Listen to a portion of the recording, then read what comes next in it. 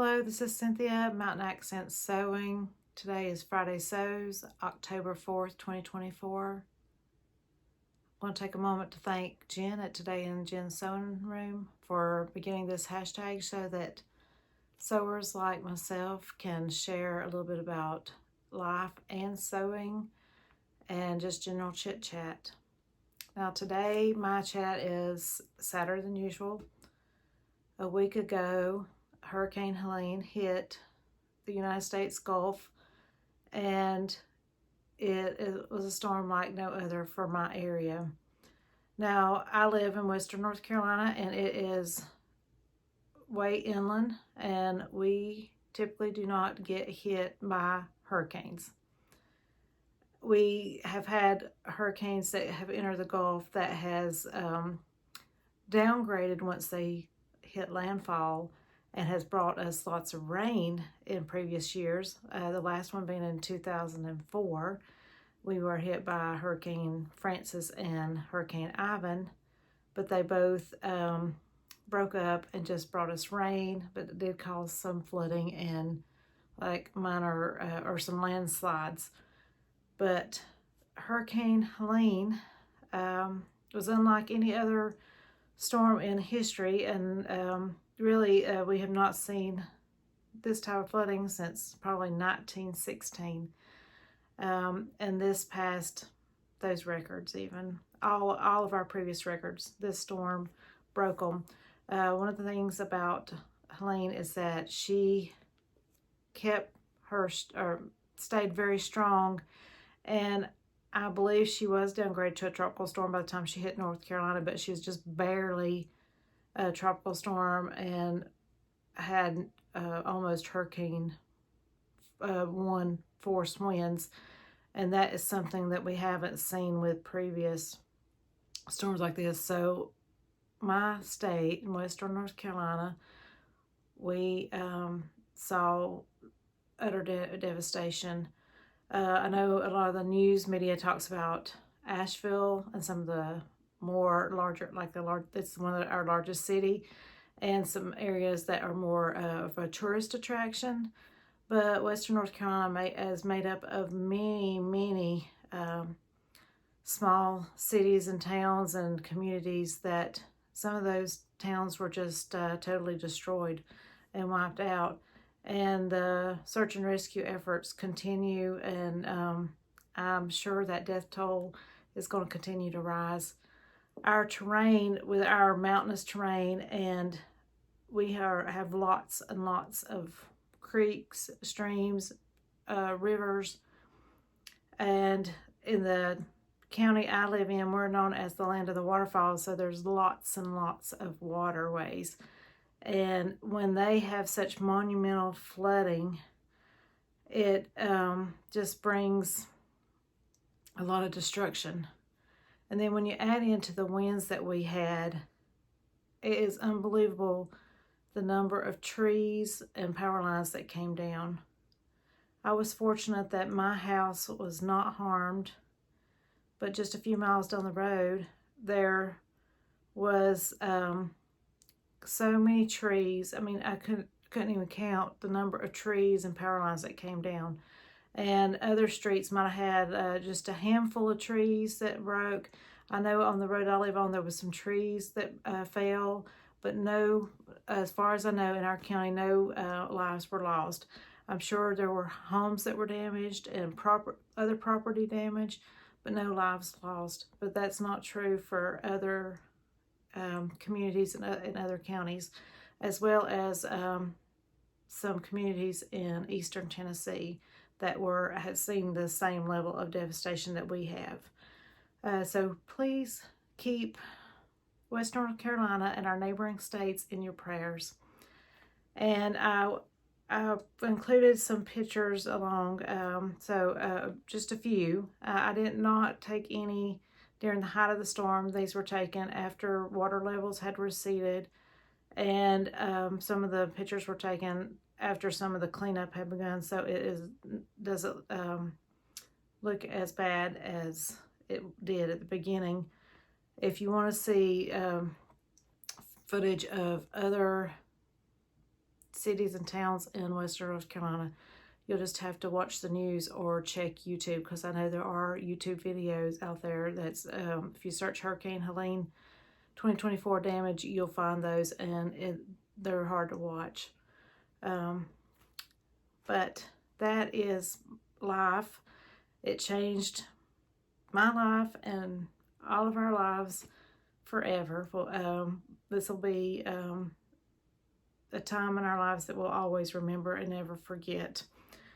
So I'm going to move on before I cry, and just like I said, please remember our people in your prayers. So I have kind of lost my sojo. Prior to the storm, I was working on the Precious Fabric 24 challenge that Whitney at Tomcat Stitchery was hosting. And I will finish this project. I did not get it finished in time to enter because we lost power and all communications for days. And I just got my power and internet back a couple of days ago. And this is the fabric that I picked as my Precious Fabric. It's an Atelier June fabric that I purchased a couple of years ago. And the reason it was precious to me is not only as I think one of the first times I purchased what I considered a pricier fabric, but it was one that I looked at on Andrea at Beyond the Pink Doors website, Stylemaker Fabrics website, and I might have seen it even on another website, and I didn't want to spend the money. But then, after I'd looked at it for months, I decided that no, I was going to go ahead and make the purchase, and all I could find was a remnant. So I had 1.2 meters of fabric, and I had held on to it because I didn't know what I could make with 1.2 meters of fabric. And I had enough to cut out a Friday Pattern Co Donny shirt. So that is what I am working on.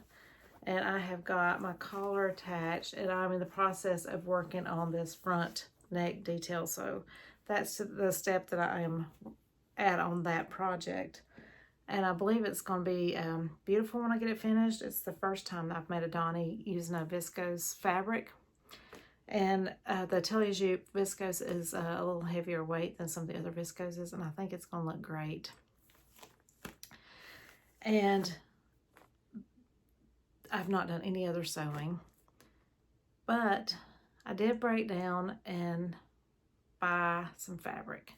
This is fabric that I've purchased over the last 2 or 3 months, probably the last 2 months.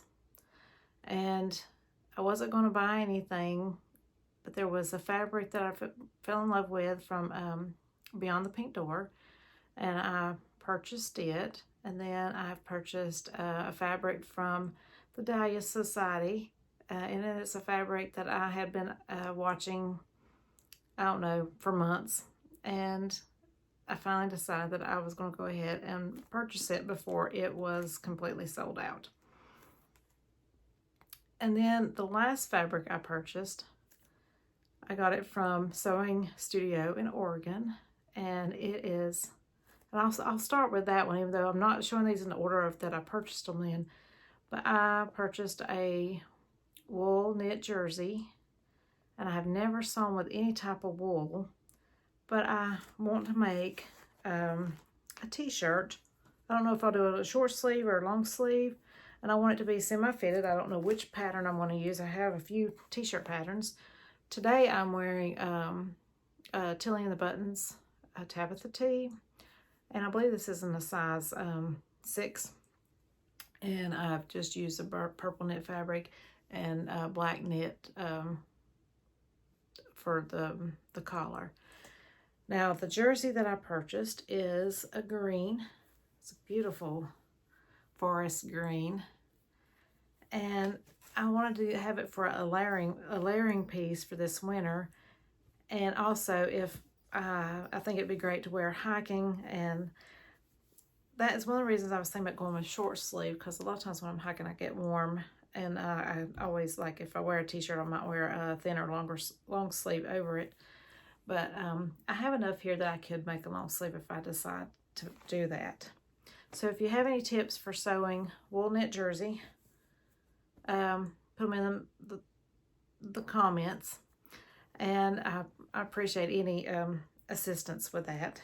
And then I also purchased some labels from them, and it is Kylie the Machine label, and it is the little hand made, and I got a pack of those, and they're multicolored. So I'm excited about trying those too in some of my makes. My fabric that I purchased from the Dahlia Sewciety is an Indian block print. And I know it seems like Indian block print is becoming very popular with the sewing community. And I had seen another one on her website that I liked, and I was going to buy it, and I waited too long and it was sold out. And I don't remember what it looked like. It's funny how I don't remember it after I looked at it. And I was looking at this one also, and I thought I need to go ahead and purchase it. So this is an teal aviary print. I don't recall the exact name, but it's got this pretty birds and beautiful flowers, gorgeous teal, and some gorgeous reds and pinks and blues. And yeah, it's just a gorgeous print. And for this one, I'm wanting to do a long sleeve button-up shirt with collar. And I'm thinking of maybe like a little bit oversized shirt. I think that would look great. And of course, this is a narrow fabric, so I had to get more length, so I got 3 meters. And I think that should be enough to make a long sleeve shirt. And I also purchased a pattern from her that I had been looking at, and it is the Noodlehead range backpack. And I have no idea when I'll get around to making one of these, but I think it'd be a fun project to make. But I have another purse that I want to make first. And then my final fabric is one that I actually purchased, I think, 2 months ago. I think it was 2 months ago, and possibly 3 months ago. And it is another fabric that I've never sewn with before. And I purchased it from Andrea at Beyond the Pink Door, and it is a tinsel fabric. And it has these beautiful purples and golds. And I think, and it's got some green in it too. I don't know if you can see that on the screen, but it is absolutely stunning. And I think I've got 3 or 4 meters of this fabric, because I am wanting to make a maxi dress with this tinsel. And it's a beautiful fabric. That is a project that will be hopefully next year. I'm not going to get to it this year.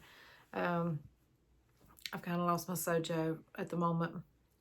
My emotions are still kind of up and down. I feel like I'm grieving because of the loss that my state and neighboring states are suffering.